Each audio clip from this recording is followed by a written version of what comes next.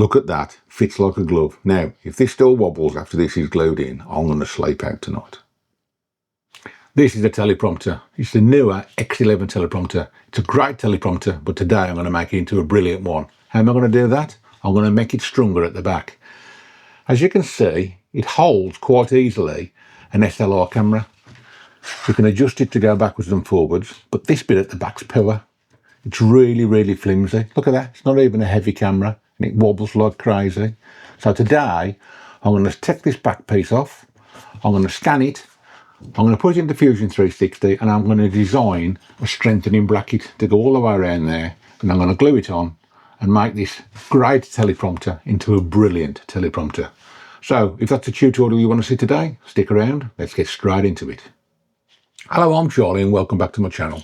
As I said in the introduction, today I'm going to make this teleprompter a lot better than it is today. It works, but it's just too flimsy.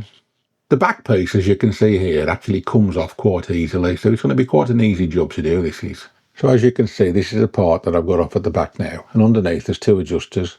One will move it forwards and backwards, and the other one lifts the camera up and down just to make sure that you're in the centre. Now that's set at about where it needs to be now, so I've got about 10mm there that I can build up before I start fouling. And as long as it will go all the way forwards and all the way back, I should be good to go. But as you can see from this there now, it's just far too flimsy to be any good. So what I'm going to do today then is I'm going to scan this, I'm going to get the laser scanner out, I'm going to do it in parallel lines, then I'm going to throw it into Fusion 360 and I'm going to design something.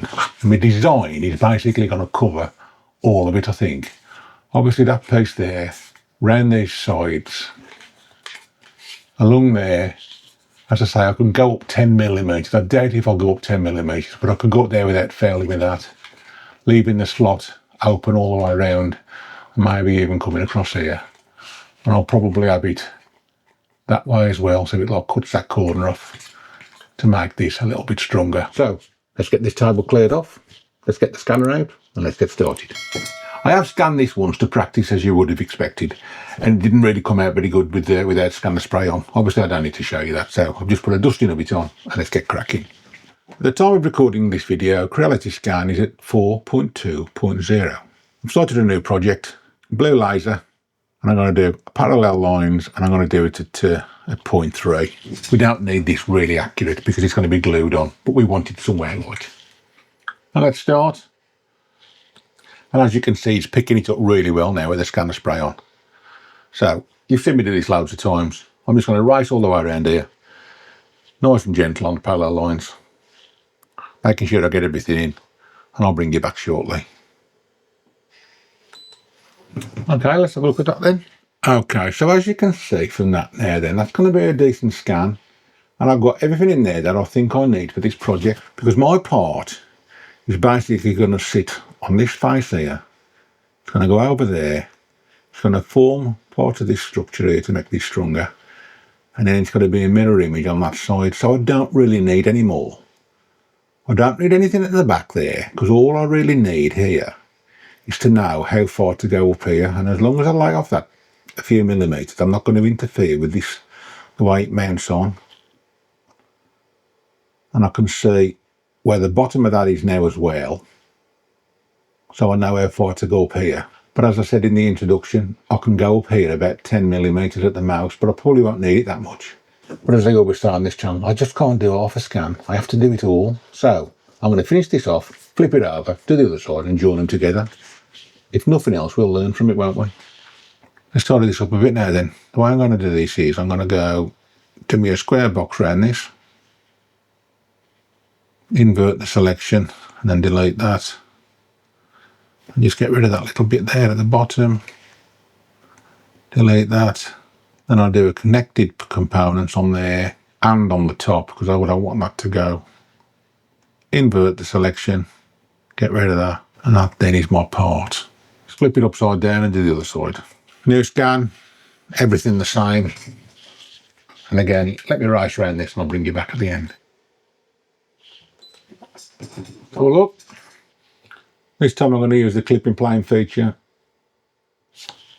Now I'm going to select that and that as my connected domains. Invert the selection, bring that off. And that gives me this. Now unconfuse it, fuse it at 0.3 and let those fuse. It's just fused, and as you can see, it's all over the place, so we need to align this. Alignment. Always try auto first, see if auto works, because sometimes it does. And as you can see, it hasn't.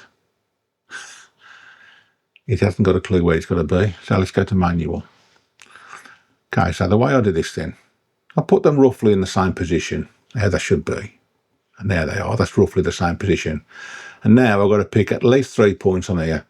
They haven't got to be really accurate points either. They've just got to be a point where the software can work out that it is that place. So therefore, let's just come down here somewhere, and it's going to be the same as down there somewhere, isn't it? And then if we come round to the front, middle of the front here, it's going to be middle of the front. Dead simple. Down the back here, it's going to be round the back here. There's our 3 points. Let's have a look how that's done that. There we are, aligned. Apply that. Let's mesh this now then. Let's mesh it to 2 million triangles. Let's export that model to Meshmixer. Okay, so there we are in Meshmixer then. I do like using this because my Space Mouse works for a start. Do you know what I mean? I haven't got the bit that joins that to that, so I don't know how that's going to be when it is imported into Fusion. I'm guessing it's going to be okay, but we're just going to have to wait and see. But as I've said, this is here. I've got all I need there. Obviously, I've got that side. Don't need any of this side. I just need to know where it comes to the edge. So the first thing we've got to do in Fusion 360 then is to bring the scan data in, and then we can start designing off the scan data. So this is how I did it. There we are. It's in and it's aligned, but it didn't land that way, did it? It would have landed like that. So what did I do first? First of all, I opened DirectEdit up and I put a plane on the top there. And that's where I'm going to start building my design from. Then I put a plane on the left face.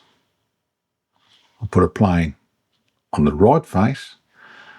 I then created a plane between those two, which I called the mid plane. So the next stage then was to construct an axis through 2 planes. I selected the top plane and the mid plane.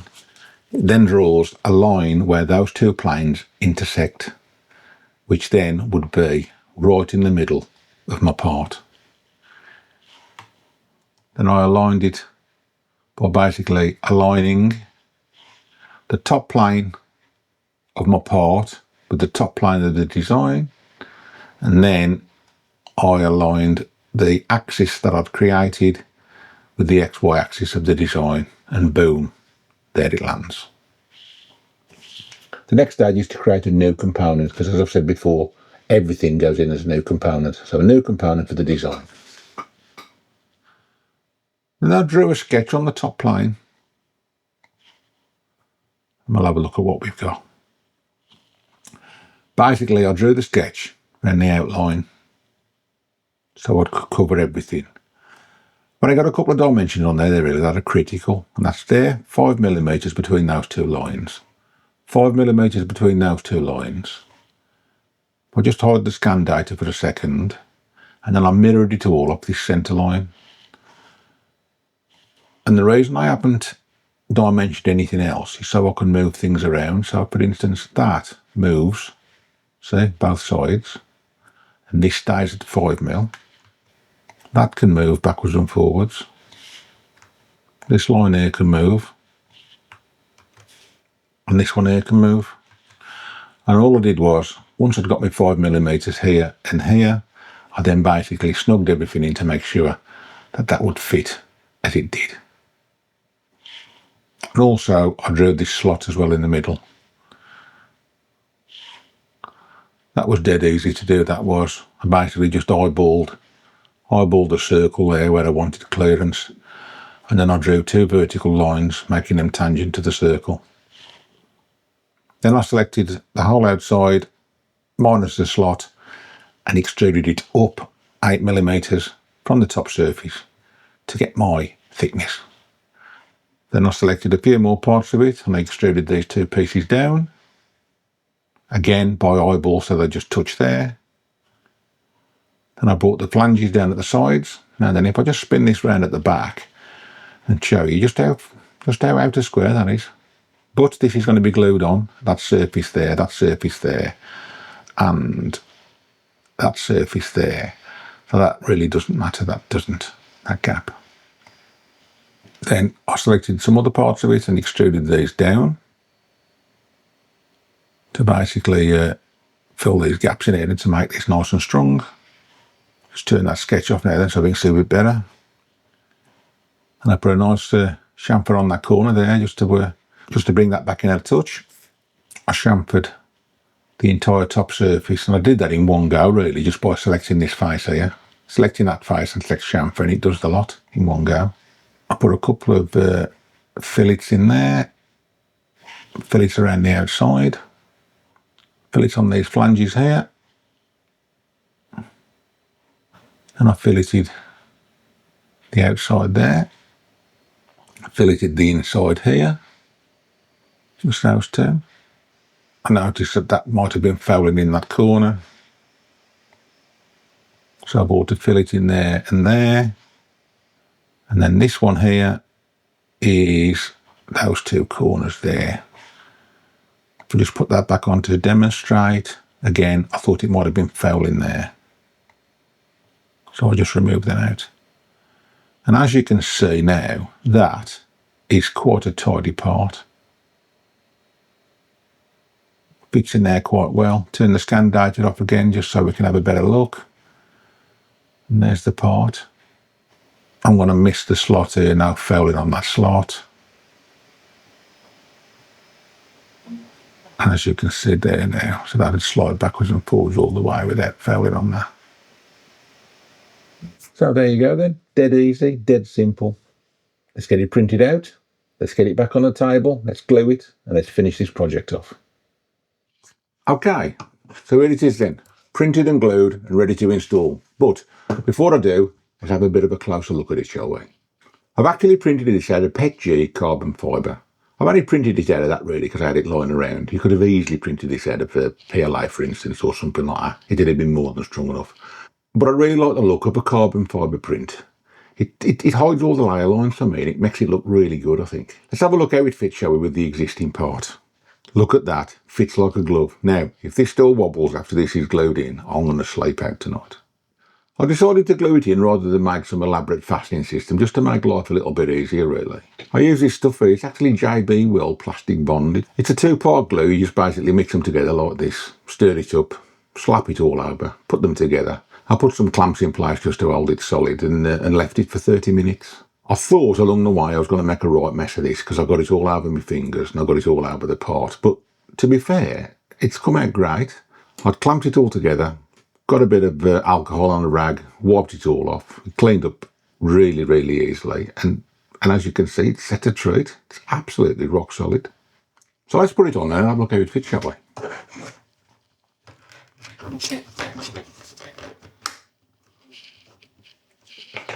And then the camera on top.